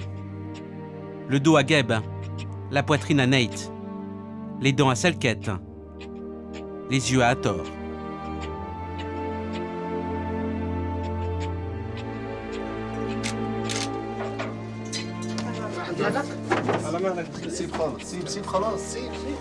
On referme le grand sarcophage. Le petit sera le premier à quitter le tombeau. Papier Japon, coton d'Égypte, mousse protectrice. En 5 minutes, il est mis en caisse.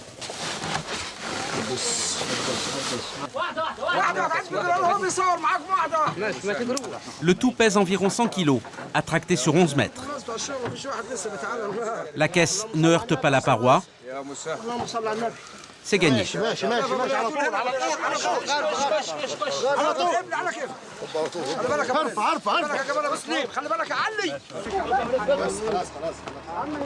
Aussitôt, il est emmené au magasin du haut. L'enquête le concernant n'est pas terminée.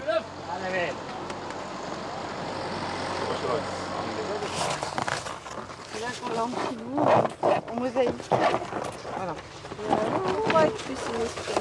Il a été bien emballé par le Reich Ahmed. On voit la différence entre ce qu'on a vu l'année dernière, la couleur de l'année dernière, et ce qui a pâli sur le dessus. C'est parce que les côtés étaient encore engagés Les côtés étaient dans le sous sable. le sable. Voilà. Toute fouille pose ce problème, jusqu'à quel point on peut détruire les témoignages du passé pour mieux les étudier. Hein. Encore là, bon, on va le conserver, Marie-Françoise le consolide, les couleurs vont être fixées, mais le problème le plus, je trouve, le plus grave, c'est quand on va de la surface vers les couches les plus anciennes, parce que quelque part, c'est quand même une activité destructrice. C'est pour ça qu'on a gardé là-bas des vestiges des constructions coptes qui sont les plus récentes sur ce terrain, parce qu'ailleurs, on a été obligé de les démonter pour atteindre les couches les plus anciennes, le cimetière du premier millénaire, puis ensuite, quand on va vers l'Ancien Empire. C'est pour ça qu'on prend notre temps, je répète tout le temps, mais on prend le temps, on documente au maximum, on fait des constats, on photographie, on dessine, on relève tous les témoignages, parce qu'on sait que ça ne sera plus jamais comme avant.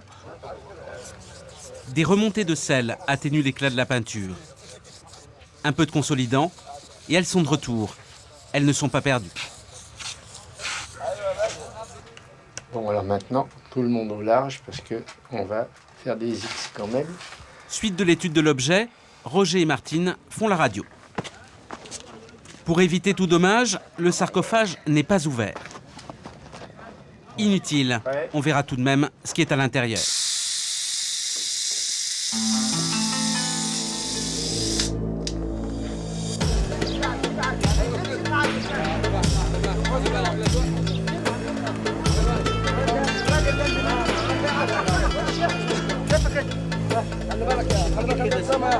نعم انا نازل اهو طب اقول لك تتكلم مش عايز كلام خالص على الطريق هتكلم وراك ايه رايكم Le gros sarcophage. C'est le grand jour.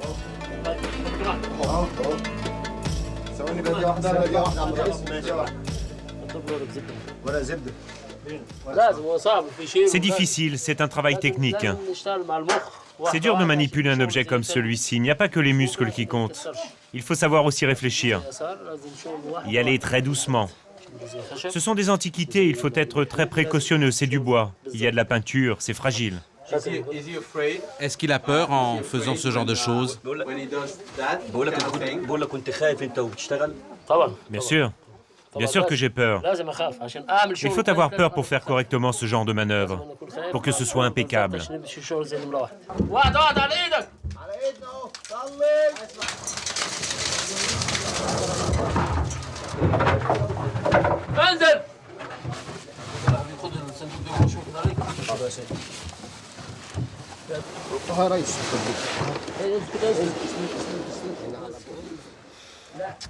On fait tout pour que les choses se passent bien, mais le destin a toujours le dernier mot.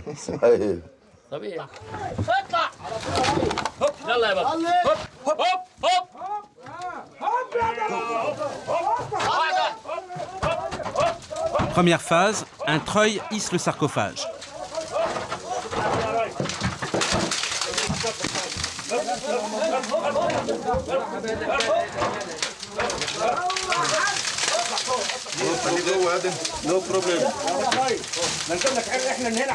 Treuil qu'il faut ensuite retirer pour faire basculer la caisse à l'extérieur du puits.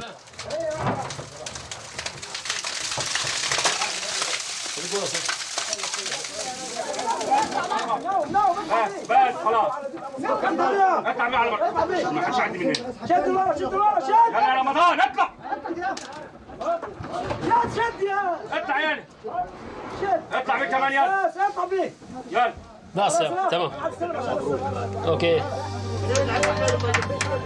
مبروك مبروك عشان دازة اللوفر كله شكرا. Dans le tombeau, il ne reste que quelques perles qui se trouvaient sous la cuve.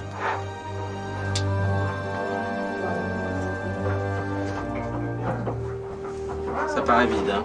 Oui, ça paraît vide. Ça fait grand maintenant. يلا توكل على الله. ارفع طارق. حسب العمود. طارق. ايوه ما حدش شايل معانا هنا يا جماعه.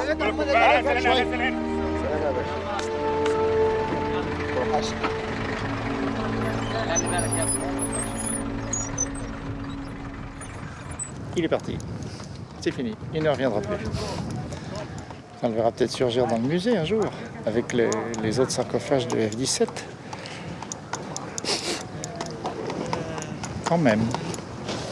On avait l'impression, malhonnête d'ailleurs, d'être propriétaire de quelque chose, et l'objet retourne à ses légitimes propriétaires en réalité. Mais il a quitté son domicile. C'est ce qui nous chagrine toujours un petit peu, évidemment. Le rêve d'une tombe musée s'évapore complètement. Parce qu'en fait, tous ces objets, il faudrait les découvrir et les comprendre à l'intérieur de leur contexte. Il faudrait pouvoir faire partager avec le plus grand nombre l'émotion de pénétrer dans une tombe avec des objets intacts qui ont traversé 2500 ans ou plus et qui nous parviennent avec la fraîcheur qui était celle de leur jour d'inhumation. Difficile. C'est un rêve difficile. Il n'y a guère que la tombe de Toutankhamon dans laquelle il y a encore des objets authentiques et en place, à leur place originelle.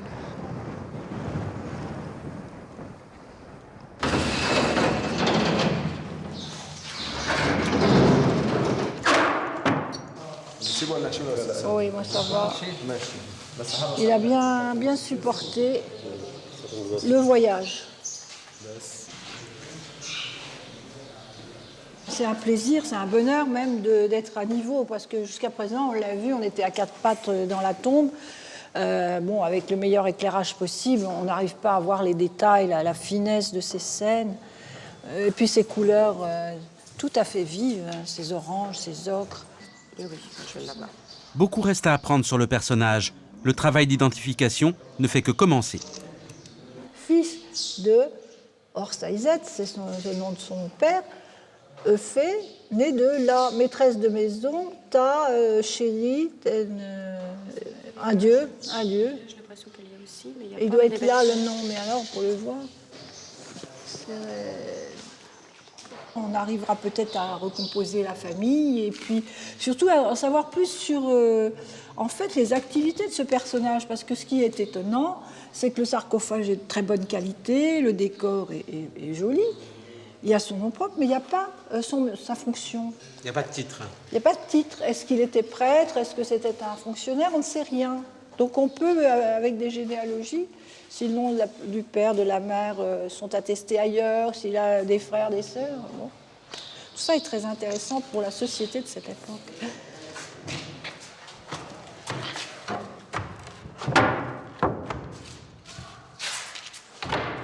La fouille aurait pu s'arrêter là.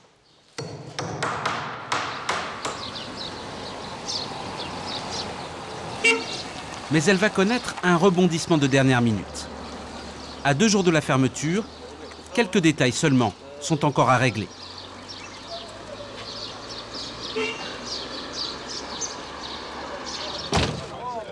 Et ce matin, c'est l'anniversaire de Marie-Françoise.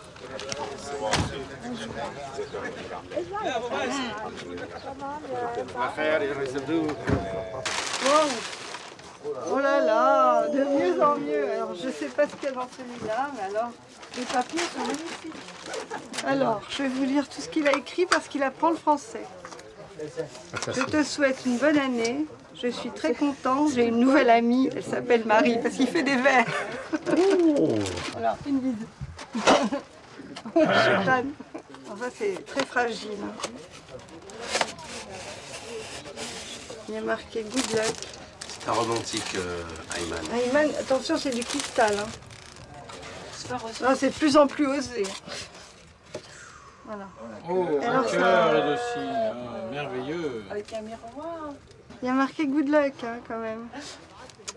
Bon, ben, j'espère qu'avec tout ça, nous trouverons d'autres sarcophages. Je crains que tire, Ayman. Marie-Françoise ne croit pas si bien dire. Retour dans la galerie. Tu tiens là? Oui, oui. Oh. Ah, خلاص. Aïe. Le plafond montre quelques signes de faiblesse. Il faut le renforcer. Bon, ça va, c'est bon. Donc en principe maintenant, cette partie-là de la galerie en tout cas est sécurisée et on pourra envisager l'année prochaine avec les Égyptiens la sortie des sarcophages. Étayage terminé, Marie-Françoise achève le dégagement du fond de la galerie, à l'endroit où quelques jours plus tôt se trouvaient les momies. A priori, rien de très spectaculaire à attendre. Ça peut être les sacs de sel qui n'ont pas servi. Non. C'est cassé, hein. Sel, bandelettes et quelques objets d'usage courant. C'est pour écrire, c'est un calame. Ramadan. C'est un calame. Encore 1 mètre à dégager. Après quoi il faudra construire un muret qui stabilisera cette coulette déblai. Un puits rempli de sable au bout de la galerie. Il faut l'empêcher de se vider vers l'intérieur.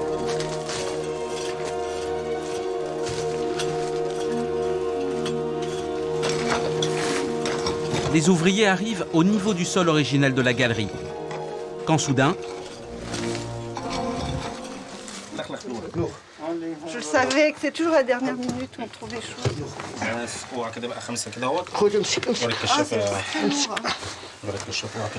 allez. Oh, c'est génial. Elles ont les semelles attachées. Chouette. Eh ben, écoute, Mabrouk. C'est génial. C'est la première fois qu'on a des semelles. Nour. Ah oui, il y en a 3 avec des semelles. Hein. 3 avec des semelles. C'est le petit bout de la boîte qu'on voit là. Hein. Oui. Oui, il y a une caisse complète. Les inscriptions sont d'une fraîcheur remarquable. Donc 3 momies, 4 momies et une caisse. Superbe.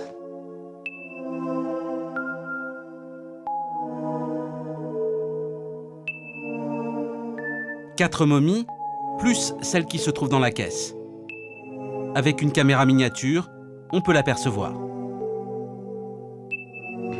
Oh, c'est superbe. C'est extraordinaire, ça a l'air inviolé, hein, tout ça. Ah, c'est vraiment étonnant. Incroyable, mais alors, c'est le dernier jour, hein, comme toujours. Elle l'a fait exprès. On va être obligé de refermer. C'est tous les ans pareil. C'est vraiment insupportable. Vous êtes insupportable. C'est incroyable. Moi, je voulais terminer l'étude et le dégagement de cette salle, déjà l'an dernier. Hein. Donc, bon, là, on a vraiment tout dégagé, étudié les momies. Après, on la fermait, on posait les pots, c'est tout. Et puis voilà, on est reparti dans d'autres directions. Et celles-là, on va les suivre. Hein. On ne va pas laisser ça. Mais la patience, il va falloir l'avoir. Hein. Parce que c'est tous les ans, il y a encore 11 mois qui vont s'écouler. Ça nous donnera le temps de réfléchir à la manière de fouiller ça, parce que ça ne va pas être facile. Hein. Toute l'équipe a vu. On bouche le trou qui mène au caveau.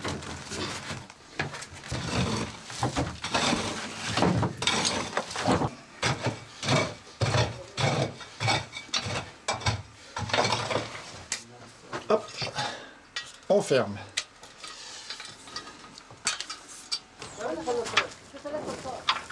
Du sable est à nouveau versé dans les puits. Par-dessus les grilles, on coule de nouvelles dalles de béton. Jean-Pierre imprime la marque du musée du Louvre, à laquelle il ajoute un petit clin d'œil personnel.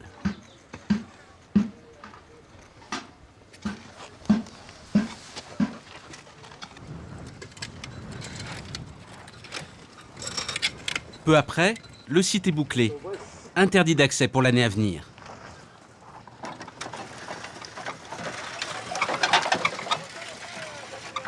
Au printemps prochain, le trésor de Saqqara livrera sans doute bien d'autres secrets.